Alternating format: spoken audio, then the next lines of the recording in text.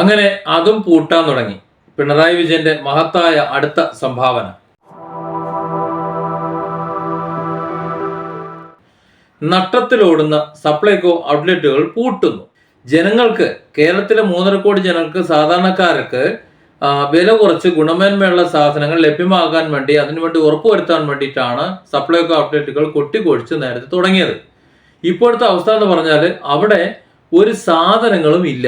അതായത് വില കുറച്ച് കിട്ടുന്ന സാധനങ്ങളൊന്നും തന്നെ ഇല്ല. അത് വിതരണം നടത്തേണ്ട ആൾക്കാർ വിതരണം നടത്തുന്നില്ല. അവർക്ക് തന്നെ കോടിക്കണക്കിന് രൂപ കുടിശ്ശികയാണ്. സപ്ലൈകോ കാര്യക്ഷമമായി നടക്കാൻ വേണ്ടി ബഡ്ജറ്റിൽ കുറച്ച് പൈസ നീക്കി വെച്ചതായിട്ട് നമ്മൾ കണ്ടു. പക്ഷേ അത് മറ്റുള്ളവർക്ക് കൊടുക്കാനുള്ള കടത്തിന്റെ 1/2 തുക മാത്രമേ ഉള്ളൂ. അപ്പൊ അതുകൊണ്ടൊന്നും കാര്യമില്ല. ഇവിടെ എന്തെങ്കിലും സാധനങ്ങൾ ഈ സപ്ലൈകോ ഔട്ട്ലെറ്റിലൂടെ കൊടുക്കണമെന്നുണ്ടെങ്കിൽ ആരെങ്കിലും അവിടെ കൊണ്ടുവന്ന് കൊടുക്കണം, വിതരണക്കാർ കൊണ്ടുവന്ന് കൊടുക്കണം. അവർക്ക് കോടിക്കണക്കിന് രൂപ കൊടുക്കാനുള്ളതുകൊണ്ട് അവർ കൊണ്ടുവന്ന് തരൂല. പിന്നെ സ്വാഭാവികമായിട്ടും മറ്റ് സാധനങ്ങളാണ്, അത് വിപണി വിലയേക്കാൾ കൂടുതൽ വിലയ്ക്കാണ് അവിടെ നിന്ന് വിൽക്കുന്നത്. ഇപ്പോൾ സപ്ലൈകോയിലേക്ക് പോകുന്ന സാധാരണക്കാരായ വ്യക്തികൾ അവിടെ ചെന്നിട്ട് അതുണ്ടോ ഇല്ല, ഇതുണ്ടോ ഇല്ല, പിന്നെ അതുണ്ടോ ഇല്ല, ഏത് ചോദിച്ചാലും ഇല്ല ഇല്ല ഇല്ല ഇല്ല എന്നാണ് പറയുന്നത്. പിന്നെ ഉള്ള സാധനങ്ങൾ വാങ്ങി പോകാമെന്ന് കരുതിയിട്ട് അതിന്റെ വില ചോദിക്കുമ്പോൾ അത് പുറത്തെ വിപണിയിൽ 10 രൂപയാണെങ്കിൽ സപ്ലൈകോയിൽ 15 രൂപ, പുറത്തെ വിപണിയിൽ 25 രൂപ ആണെങ്കിൽ അവിടെ 28 രൂപ. പിന്നെ എന്തിനാ അവിടെ നിന്ന് വാങ്ങേണ്ട ആവശ്യം?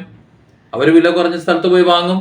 അതായത് സപ്ലൈകോയിലേക്ക് സാധനം വാങ്ങാൻ വരുന്ന ഗുണഭോക്താക്കൾ അവർ സാധനം ചോദിക്കുന്ന സമയത്ത് ഇല്ല ഇല്ല ഇല്ല ഇല്ല എന്ന് സപ്ലൈകോയിൽ ഇരിക്കുന്ന ആൾക്കാർ പറയുമ്പോൾ അവർ ചോദിക്കും ഈ സാധനങ്ങൾ ആ സാധനങ്ങൾ എന്ന് പറയുന്നത് വേണ്ട വേണ്ട വേണ്ട എന്ന് വാങ്ങാൻ വരുന്നവരെന്നും പറയും. ചുരുക്കം പറഞ്ഞാൽ അവിടെ സപ്ലൈകോ ഔട്ട്ലെറ്റുകളിൽ കുറച്ച് പേര് ജോലി ചെയ്യുന്നുണ്ട്. അവർ മൊബൈൽ ഫോണിൽ, ആൻഡ്രോയിഡ് ഫോണിൽ ഇങ്ങനെ മാന്തിക്കൊണ്ടിരിക്കും. ആ മാന്തിക്കൊണ്ടിരിക്കുന്നതിന് ശമ്പളവും വാങ്ങും. ഇതാണ് ഇപ്പോൾ നിലവിലുള്ള അവസ്ഥ. സപ്ലൈകോ ലാഭത്തിലാകണമെന്നുണ്ടെങ്കിൽ സപ്ലൈകോയിൽ സെയിൽ നടക്കണമെന്നുണ്ടെങ്കിൽ അവിടെ മനുഷ്യന് ആവശ്യമുള്ള സാധനങ്ങൾ കച്ചവടം ചെയ്യണം. ഇപ്പോൾ നമുക്ക് വേണ്ടത് 1 കിലോ മാങ്ങയാണ്. നിങ്ങൾക്ക് 1 ലോഡ് ചക്ക കൊണ്ടു തന്നിട്ട് കാര്യമുണ്ടോ? ഇതാണ് സപ്ലൈകോയിലെ അവസ്ഥ. നിലവിൽ വേണ്ട സാധനങ്ങളൊന്നും അവിടെ ലഭ്യമാണ് എന്ന് മുഖ്യമന്ത്രി പറയുന്നെങ്കിലും ലഭ്യമല്ല എന്നുള്ളതാണ് വസ്തുത. എന്നിട്ട് വലിയ തള്ളും സപ്ലൈകോ എന്ന് പറഞ്ഞാൽ ആനയാണ് ചേനയാണ് എന്ന്. എൻ്റെ അഭിപ്രായത്തിൽ എന്തായാലും ഈ സർക്കാർ കള്ളുവിറ്റാണ് നേടുന്നത്.